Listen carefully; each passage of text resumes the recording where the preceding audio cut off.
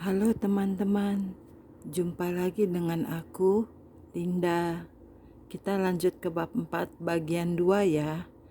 Ini kisah nyata ya teman-teman, bukan novel. Oke, kita mulai.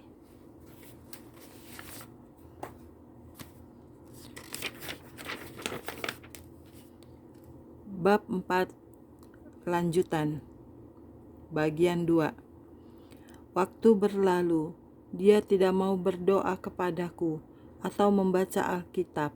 Dia menjadi marah, bukan saja kepada suaminya, tapi juga kepada siapa saja di sekelilingnya. Dia mengutip firman-firman dari Alkitab, tapi dia tidak mau mengampuninya. Dia tidak mau mendengarkan aku. Hatinya bertambah pahit, dan dosa besar memasukinya. Hati yang semula dipenuhi kasih, sekarang timbul nafsu membunuh.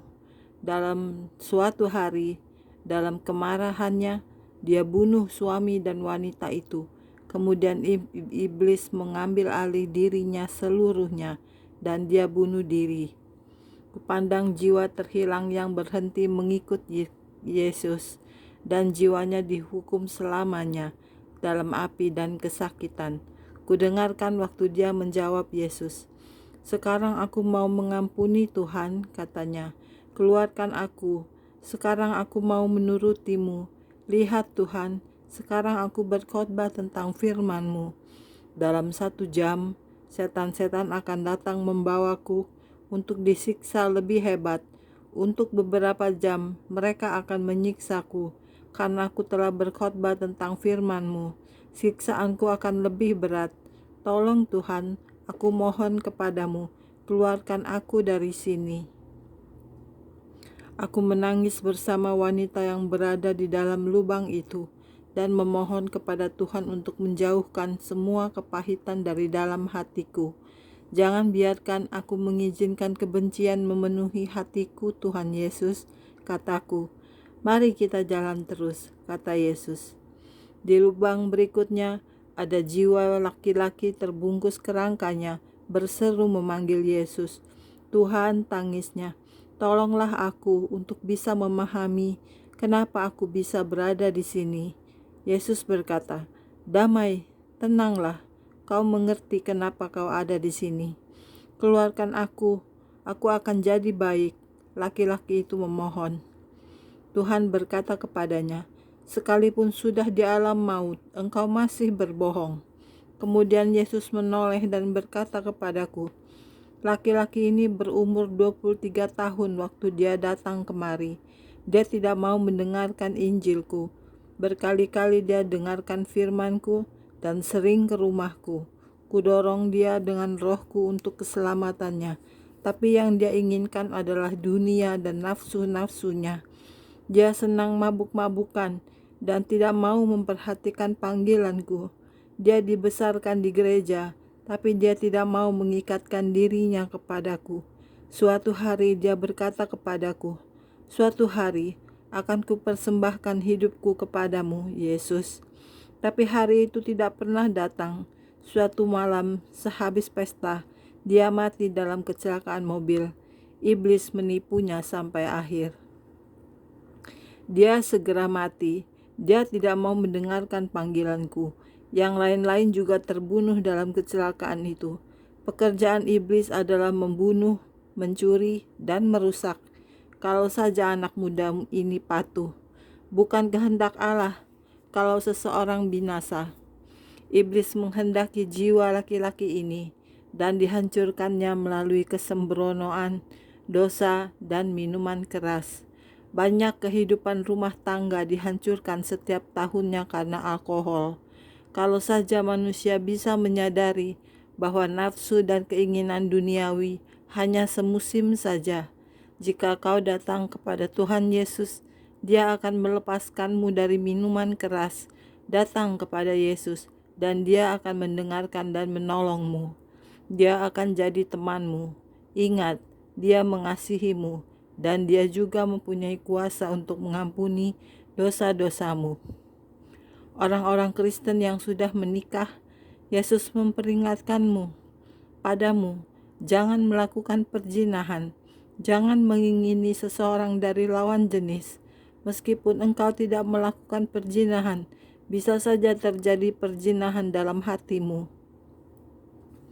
Anak muda, jauhkan dirimu dari dosa obat-obatan dan dosa seks. Jika engkau telah berdosa, Allah mau mengampunimu. Sekarang, datanglah kepadanya selagi masih ada waktu. Cari Kristen-Kristen dewasa yang kuat dan tanya, apakah kau bisa membicarakan masalahmu dengan mereka. Kau akan bersyukur bahwa kau sudah mulai sekarang di dunia ini sebelum terlambat. Iblis datang sebagai malaikat terang untuk menipu dunia. Tidak heran kalau dosa dunia terlihat menggiurkan bagi anak muda. Sekalipun dia tahu tentang firman Tuhan yang kudus, pesta sekali lagi pikirnya, Yesus akan mengerti. Tapi kematian tidak mengenal belas kasihan. Dia tunggu sampai terlambat. Kupandang jiwa orang itu, dan teringat tentang anak-anakku sendiri yang akan segera berumur 23 tahun. Oh Allah, biarlah mereka melayanimu. Aku tahu banyak dari pembaca yang mempunyai seseorang yang dikasihi, mungkin anak-anak yang tak kau ingini untuk menjadi penghuni alam maut. Ceritakan tentang Tuhan kepada mereka sebelum terlambat. Beritahu supaya mereka bertobat atas dosa-dosa mereka, dan bahwa Allah mau mengampuni dan menguduskan mereka.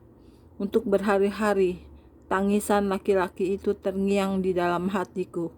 Takkan pernah kulupakan tangisan penyesalannya. Kuingat daging yang menggantung dan terbakar di nyala api. Tak dapat kulupakan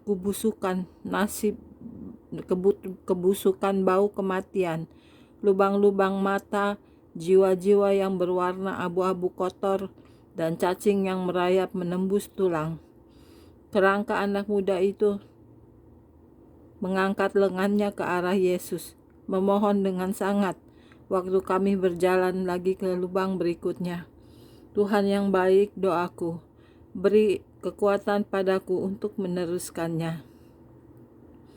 Kudengar suara wanita, menangis putus asa.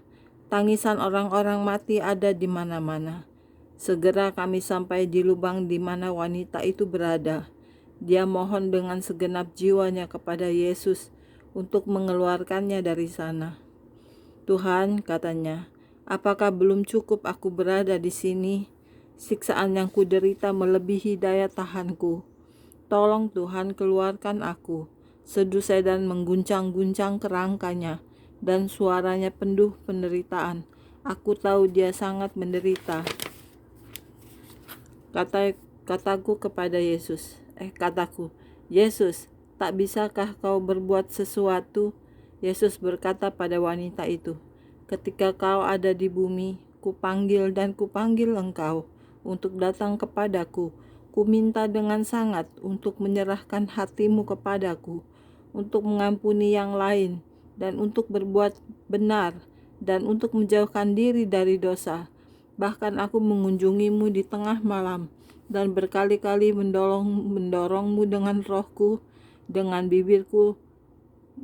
bibirmu kau katakan bahwa engkau mengasihiku, tapi hatimu jauh daripadaku. Tidak tahukah kamu bahwa tidak ada sesuatu pun yang bisa disembunyikan dari Allah? Kau kelabui yang lain, tapi kau tidak bisa mengelabui diriku. Aku masih mengirim yang lain untuk mengatakan padamu, supaya kau bertobat, tapi tidak kau hiraukan. Kau tidak mau dengar, tidak mau lihat, dan dengan marah kau tolak mereka. Kutempatkan engkau di mana kau bisa dengarkan firman-Ku, tapi kau tidak mau memberikan hatimu kepadaku. Kau tidak menyesal maupun malu tentang apa yang sudah kau perbuat. Kau keraskan hatimu dan berbalik daripadaku. Sekarang kau terhilang dan terlepas untuk selamanya. Seharusnya kau dengarkan aku.